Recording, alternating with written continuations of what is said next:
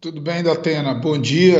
O Brasil precisando de tranquilidade para colocar comida na mesa de 19 milhões de pessoas com fome, para garantir emprego para 15 milhões de brasileiros sem emprego, para garantir vacina num país que já tem mais de 540 mil famílias enlutadas e a gente tendo que administrar a crise o tempo inteiro. Quando eu abri aqui, pluguei, você estava dizendo algo parecido com isso.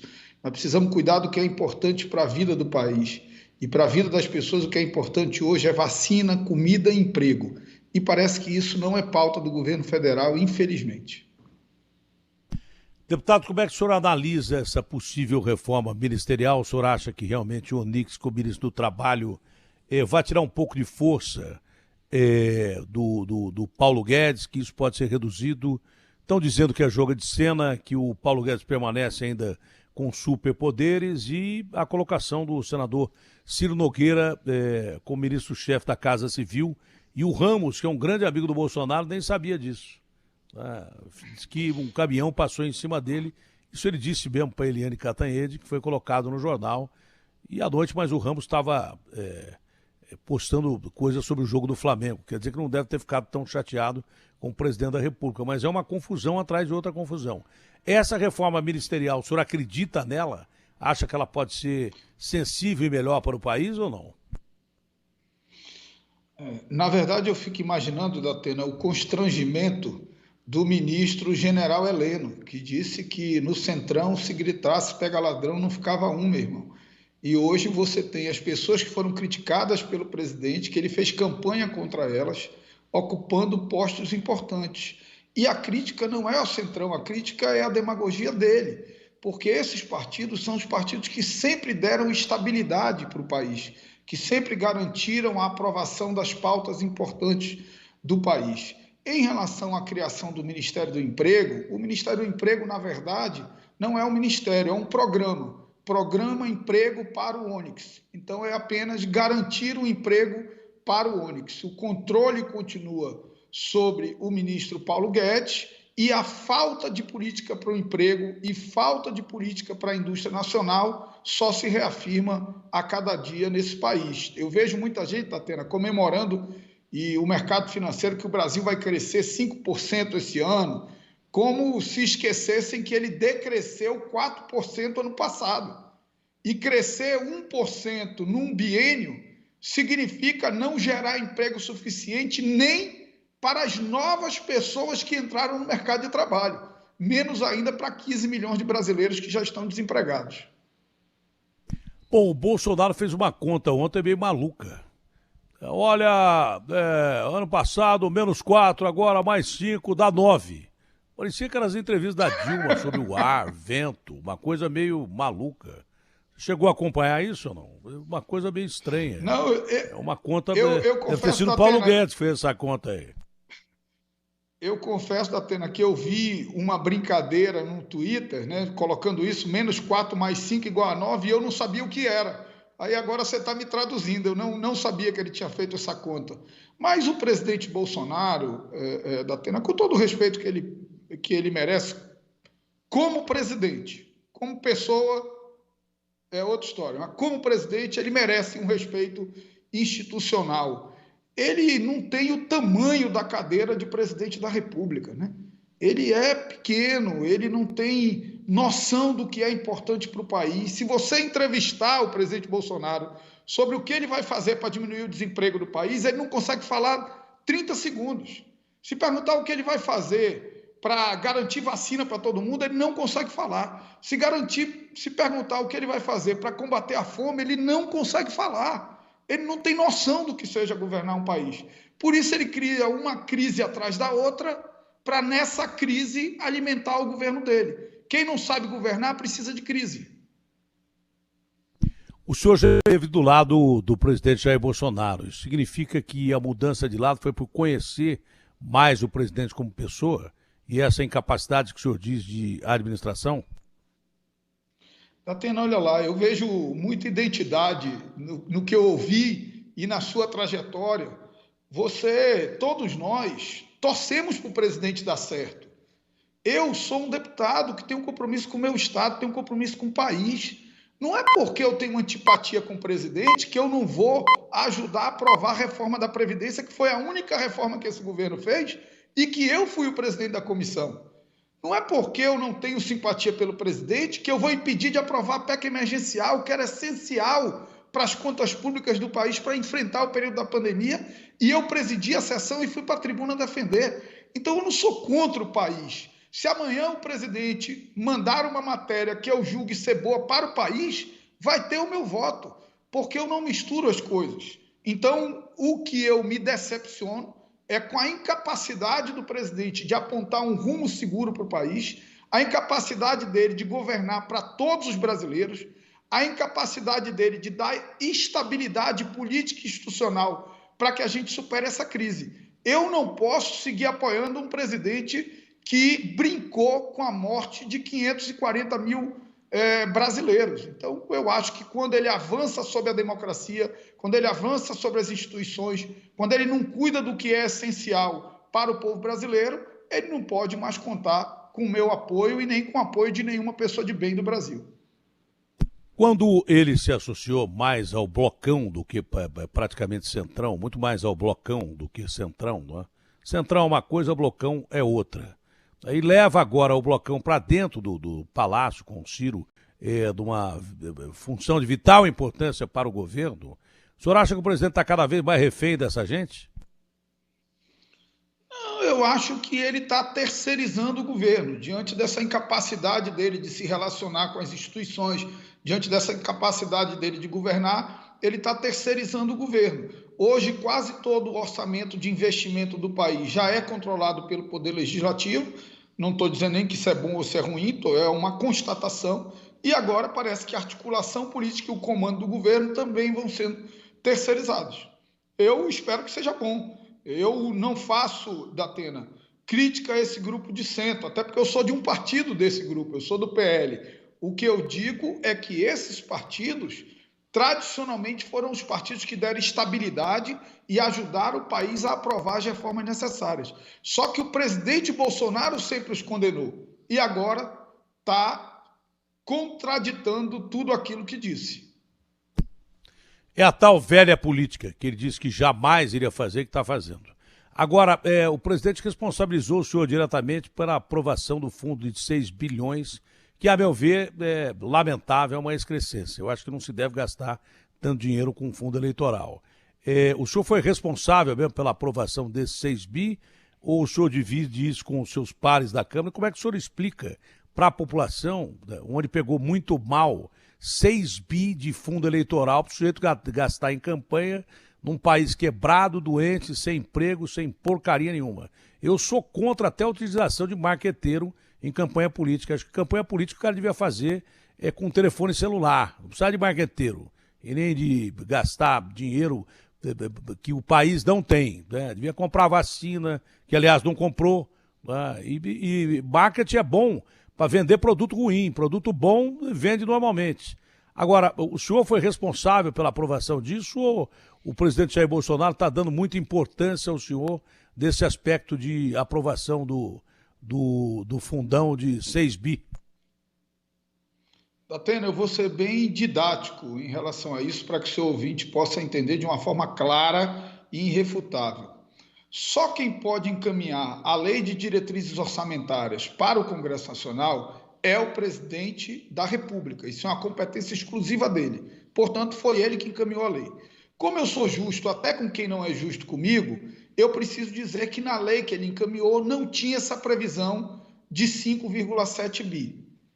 Houve uma reunião na residência oficial, sob coordenação do presidente Arthur Lira, essa é uma reunião pública, a imprensa já noticiou, com os líderes dos partidos da base do presidente Bolsonaro, com o líder do governo Bolsonaro, com o líder do governo Bolsonaro presente, e nessa reunião decidiram incluir na LDO esses 5,7 bi. Eu não estava nessa reunião. Depois foi para a Comissão Mista de Orçamento, que eu também não sou membro e não participei de nenhuma reunião. E, por indicação dos líderes do governo Bolsonaro, foi incluído no relatório do deputado Juscelino. E foi para o plenário, eu só coloquei para votar, Datena. E aí tem um detalhe ainda, Datena, que é Não, importante, eu tem um detalhe entendi, final. eu entendi, e é bom a gente explicar, e a pergunta vai no bojo dessa explicação que o senhor está dando.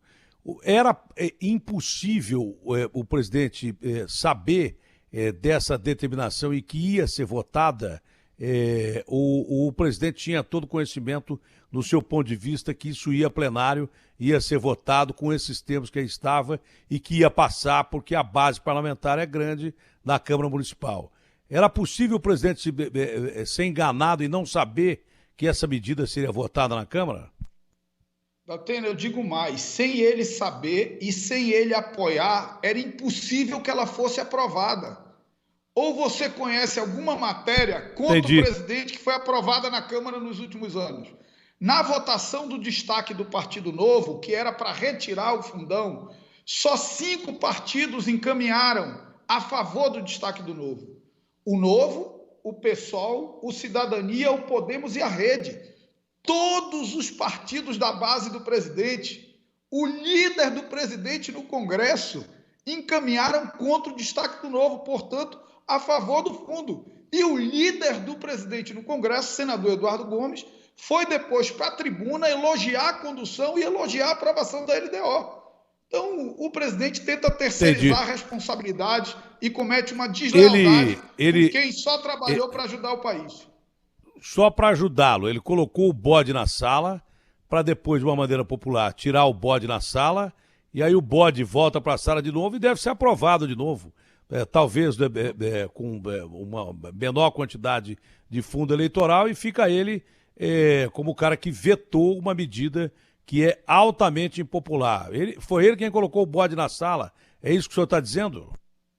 Exatamente, e eu estou desconfiando, Datena, que eu fui vítima de uma grande armação dele, de aprovar os 5,7 para vetar e depois encaminhar um projeto de 4 bi, que é mais do que o dobro do valor atual. Então, vamos esperar se ele vai simplesmente vetar ou se ele vai vetar e encaminhar um projeto dobrando o valor do fundo eleitoral de hoje, que é para ver quem está falando a verdade. A verdade, Datena, ela é uma arma muito poderosa. Às vezes ela demora um pouquinho, você é vítima de uma injustiça, mas no final ela sempre se impõe. E eu não tenho dúvida que ao final a verdade vai se impor e vai ficar claro que o presidente é o grande responsável por esse fundo de 5,7 bilhões. Eu pediria a gentileza que agora a plataforma UOL está com a gente. O site UOL é o maior site do Brasil. Essa entrevista com o site da Rede Bandeirantes, com os meios de transmissão da Rede Bandeirantes, está sendo transmitida para o mundo inteiro. E também, respeitando o nosso parceiro, que é o UOL, eu não poderia deixar de repetir a pergunta e queria que o senhor colocasse de novo. O senhor me disse que foi feita uma reunião que todo mundo já conhece, entre os líderes do governo, entre eles o Arthur Lira, e que ficou aprovado esse fundão de 6 bi. E o senhor me disse agora há pouco, eu não estou colocando palavras na sua boca, estou tentando repetir aquilo que o senhor me disse. O senhor me disse que era impossível o presidente não saber dessa medida, que ele teria aprovado essa medida com os seus líderes, que sabia que essa medida passaria da Câmara e que depois voltaria para ele, ele vetaria. Ele coloca o bode na sala, tira o bode na sala, devolve o bode de 5 bi 700 e que, segundo as suas palavras, esse fundão seria reduzido para 4 bi e aí o povão ficaria satisfeito, falou, não vão levar mais 6 bi, vão levar 4 bi. E o senhor disse que foi usado, inclusive, para isso, o senhor desconfia que foi usado para isso? Até aí está tudo certo que o senhor falou até agora para os assinantes do UOL que entraram em contato com essa entrevista a partir de agora? Tá tudo certo, Datena. Tá tudo certo. Foi exatamente o que aconteceu. Eu simplesmente dirigi a sessão do Congresso Nacional e coloquei a matéria para votar. Datena, eu nem voto, porque eu só voto se empatar. Como eu estava presidindo a sessão do Congresso, eu nem votei, eu só voto se empatar. Depois fui para o Senado. Para você ter uma ideia do que eu estou falando, é inquestionável. No Senado, que eu também presidi a sessão, porque eu sou vice do Congresso Nacional, no Senado já não tinha mais destaque. Então já não tinha mais como tirar os 5,7 bi. Ainda assim, o outro filho do presidente votou a favor, o líder do governo no Senado, o senador Fernando Bezerra, votou a favor, o líder do governo no Congresso, o senador Eduardo Gomes, votou a favor. Então, o governo trabalhou o tempo inteiro a favor da aprovação da LDO com 5,7 bi. E eu acho até, Datena, que esse debate sobre financiamento eleitoral tem que ser um debate feito de forma transparente com o povo brasileiro. Eu não estou aqui crucificando os líderes partidários, não. O que eu não admito é o presidente tentar transferir responsabilidades porque pegou mal para o filhinho dele nas redes sociais o voto do filho dele a favor do fundão. Eu não posso admitir isso. Naquele dia, Datena, eu sentei 11 horas da manhã na cadeira de presidente, saí 1h da manhã do dia seguinte, trabalhando para o país, trabalhando para ajudar uma pauta importante que era a LDO, para depois ser vítima de uma covardia do presidente da República que sabe que é mentira o que ele disse. Bom, o senhor quer o acesso a todos os pedidos de impeachment do presidente. Para que o senhor quer acesso a esse pedido de impeachment do presidente? Que forma o senhor pretende usar isso? Não, eu, como deputado, preciso ter uma convicção para, se em algum momento o pedido de impeachment for apreciado, eu decidir meu voto se a favor ou contra. Impeachment não é tema que se mova por vingança, impeachment não é tema que se mova por ódio, por antipatia, mas impeachment não é tema que se aceite e nem que se rejeite sem analisar os requisitos. Qual é o primeiro requisito? A existência ou não de crime de responsabilidade. Eu quero ler os fundamentos, estou lendo, estou estudando, para formar minha convicção se existe ou não crime de responsabilidade. Em existindo, eu ainda posso passar por uma outra situação, Datena. Numa ausência do presidente Arthur Lira, eu sou o presidente interino. Obviamente que eu vou ser cobrado para me manifestar sobre esse tema. E eu quero formar opinião. Primeiro, se tem crime de responsabilidade. Segundo, se cabe a um presidente na interinidade decidir sobre isso. Eu estou refletindo sobre essas duas situações. Para saber se o senhor poderia colocar um pedido de impeachment em votação. Em resumo, é isso. Na verdade, não é nem em votação, né, Datena? O ato do presidente é simplesmente ler o pedido de impeachment. Se o presidente ler o pedido de impeachment, a comissão processante tem que ser instalada. É mais ou menos o que eu disse, porque é isso que acontece. Agora, eu acordei com uma nota que eu fiquei espantado, uma nota agressiva, de que seria do ministro da Defesa, o Braga Neto. A função das Forças Armadas é de Estado, não é de governo, tem que preservar a defesa do país por agressão externa, tem que preservar o Estado de Direito no país, se as forças policiais não conseguirem. Isso tudo está escrito na Constituição. Tem que preservar a hierarquia e disciplina e não pode se meter em política, principalmente pessoal da ativa. Isso já não está acontecendo. Ele é ministro da Defesa, mas tem vários cargos militares na ativa do governo Jair Bolsonaro. Mas era uma nota agressiva ao Arthur Lira, dizendo que se não houvesse voto impressa não teria eleição. Claro que eu me posicionei contra, porque eu não sou covarde. Tem coisas que na vida, se você se cala, você é covarde. Me posicionei absurdamente contra isso aí, porque sou contra qualquer interferência de Forças Armadas em governo. Papel de Forças Armadas, eu repito, e respeito às Forças Armadas, é de Estado, não é de governo. Essa história de que não vai ter eleição porque não vai ter voto impresso, amanhã se o Bolsonaro perder, não aceitamos que o Bolsonaro perdeu, para quem quer que seja e tal, fui contra. Houve agora uma informação do senhor ministro da Defesa, que eu conheci pessoalmente, uma ótima impressão. Realmente há pessoas quem eu faço crítica, que não é a pessoa que eu estou fazendo crítica, é o cargo que ela está ocupando e a opinião que ela expressa, ou a colocação que ela expressa. Se o Braga Neto tivesse falado aquilo, ou se ele falou, obviamente que eu tinha que me insurgir, porque isso é absolutamente antidemocrático e inaceitável. Agora surge a informação de que não é verdadeira a crítica que ele fez e tal, e coloca em xeque companheiros nossos de imprensa do jornal Estado de São Paulo, que eu não acredito que iam mentir. Pode ser que ele tenha falado, depois voltou atrás, porque a repercussão foi altamente negativa e anticonstitucional e uma ameaça aos poderes constituídos e à democracia. Ele voltou atrás. O que o senhor pensa dessa situação? A cada dia que passa, a situação fica mais instável. se você não sabe o que vai acontecer no dia de amanhã. Houve quem disse que a vida era muito legal, porque o futuro é um dia de cada vez, né? Não chega de uma vez, é um dia de cada vez, a não ser que aconteça de um meteoro cair em cima da Terra.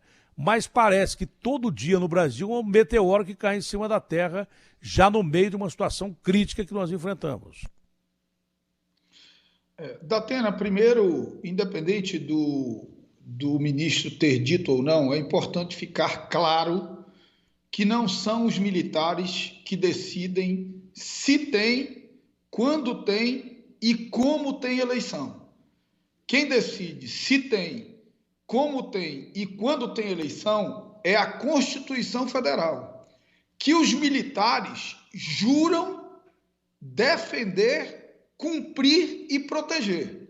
Portanto, se essa frase fosse verdadeira, e ainda bem que ele negou, ele estaria quebrando o juramento. Então, que bom que o ministro Braga Neto negou a frase e que o presidente Arthur Lira negou também o episódio. Mas um detalhe é importante, Datena. Se o Exército Brasileiro não tivesse relevado a participação política do general da ativa Pazuello num ato público, se o Exército Brasileiro não tivesse invadido a liberdade do parlamento ao lançar aquela nota contra o senador Omar Aziz, quando dissesse uma frase dessa, ninguém acreditaria, porque todo mundo teria convicção de que o Exército continuaria dentro das 4 linhas da Constituição Federal. Quando o Exército se presta a tolerar aquele gesto do ministro Pazuello, se presta a publicar aquela nota de conteúdo claramente político e não institucional, ele abre margem para que uma matéria como essa seja tomada como verdade por você e por mim, que somos pessoas que respeitamos, acreditamos e queremos fortalecer as Forças Armadas, porque sabemos a importância delas para o país. Finalmente, não é? Pela posição que o senhor ocupa, representando o estado de São Paulo, que é o estado que tem a segunda maior verba da União, e dentro desse estado nós temos a capital, São Paulo, que é uma das 10 maiores cidades do planeta, com o 3º orçamento da União. Eleito por São Paulo, o senhor analisando a situação do estado de São Paulo... Eu sou do Amazonas, Datena. Mas eu estou dizendo aqui que eu estava falando com o Palumbo aqui, o Palumbo eleito por São Paulo, analisando a situação do estado de São Paulo, ele acabou de me falar agora que não tem recesso, que ele está trabalhando. Saiu uma matéria do Palumbo na Folha de São Paulo, eleito vereador por São Paulo, o Palumbo me disse aqui que é inaceitável o que acontece na cidade. E ele é da base parlamentar do governo, ele é da base parlamentar do Ricardo Nunes. Não é? O prefeito de São Paulo agride os estados do norte e do nordeste, de onde o senhor é, do Amazonas, não é? Que tem orçamentos ultra-apertados, principalmente no meio da pandemia, quando pede empréstimo de 8 bilhões para uma cidade que é o 3º orçamento do país. Ele acha que 67 bilhões não dá para você administrar uma cidade como São Paulo e pede mais 8 bi de empréstimo.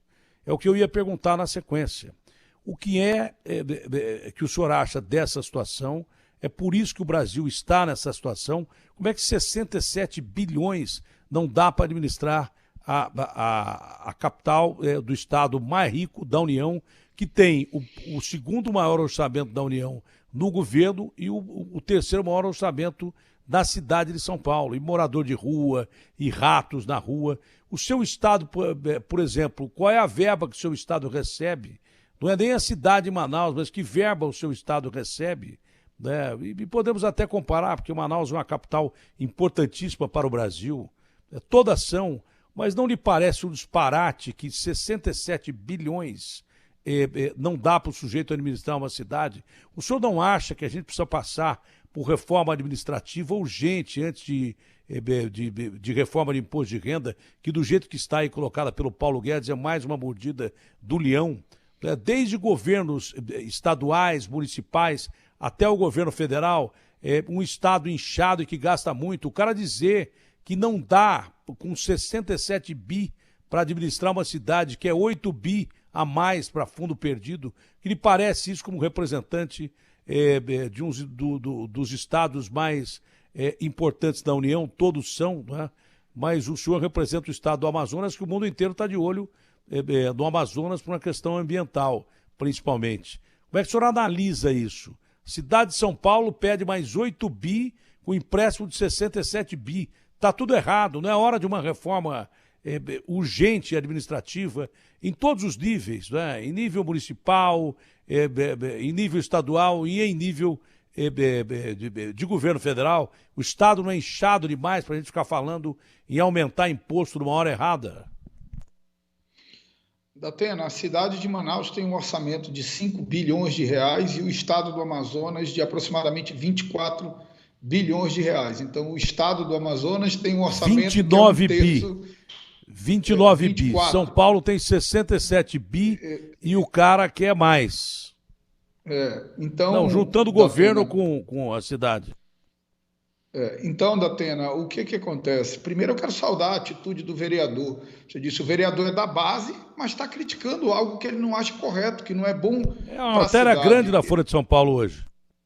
Eu costumo dizer, Datena, que se você for lá em Montesquieu, no Espírito das Leis, que criou a ideia de tripartição de poderes, o papel de fiscalizar o executivo não é papel de parlamentar de oposição, é papel de parlamentar. É da essência da atividade parlamentar. Às vezes, a melhor forma que você tem de ajudar um governante é demonstrando para ele que o que ele está fazendo está errado. Quem vê o governante fazendo alguma coisa errada e reafirma e dá corda para ele, está levando esse cidadão para o buraco. Então, acho que nós temos que ter muita responsabilidade com o futuro do nosso país, dos nossos estados. Esse excesso de endividamento é algo muito perigoso, porque empurra a conta para frente. Você pegar 8 bilhões agora é ótimo, vai dar uma capacidade de investimento imensa aí para a cidade. Só que você não sabe qual será o ambiente do país daqui a 5, 10 anos, que deve ser o período de carência de um empréstimo como esse. E se quando vier a hora de pagar a conta, a cidade estiver numa situação difícil? Então é complicado que governantes façam conta para outras gerações e para outros governantes pagarem. Nós temos que ser muito cuidadosos com isso e eu procuro ser no exercício da minha atividade parlamentar. Não é à toa que o vereador foi o terceiro mais votado, sem nunca ter sido político, teve mais de 100 mil votos, foi o terceiro mais votado aqui em São Paulo. Nós precisamos de gente de consciência, porque é um absurdo para com outras cidades e estados do Brasil, cujo orçamento é muito apertado, o cara dizer que 67 bi não dá.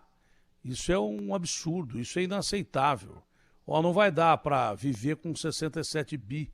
Nós sabemos o tamanho da cidade de São Paulo, é metade do estado de São Paulo que mora aqui dentro, mas 67 bi devia dar e sobrar. Pedir mais 8 bi e sem explicar no que vai ser aplicado, o que vai ser aplicada uma quantia dessa. São esses disparates que a gente não consegue mais aceitar e nem pode engolir de um estado que é inchado demais, de um país que é inchado demais e precisa desinflar para ver se sobra alguma coisa para o povo, porque o povo está pegando as migalhas que caem da mesa dos ricos, né? Esse é o detalhe. Você falou das reformas e é muito importante, eu acabei não falando sobre elas, né? Na verdade, o presidente não demonstra nenhum entusiasmo pela reforma administrativa, que era a reforma mais importante, para garantir um Estado que caiba dentro do orçamento. Hoje o Estado brasileiro não cabe dentro do orçamento e o único caminho que o país escolheu sempre foi de aumentar o orçamento. Só tem uma forma de aumentar o orçamento, tirando dinheiro do bolso do cidadão. E o que o governo federal e o ministro Paulo Guedes chamam de reforma tributária, que é a Lei 3887, que é a lei do CBS, que é a Lei 3887, que unifica o PIS e o COFINS e passa a alíquota máxima de 9,25% para uma alíquota para todo mundo de 12%, e a mudança no imposto de renda é nada mais do que aumento na tungada no bolso do cidadão brasileiro. Não tem nada de reforma tributária. Não simplifica o sistema, não torna o sistema menos regressivo, não diminui o contencioso, não diminui as obrigações acessórias, só aumenta imposto. O povo brasileiro precisa estar atento. O que o governo federal, o ministro Paulo Guedes estão tentando, através das reformas tributárias que tramitam na Câmara, é dar uma tungada no bolso do contribuinte brasileiro. Olha, deputado Marcelo Ramos, foi um prazer falar com o senhor. Parabéns pela sua coragem e das suas declarações.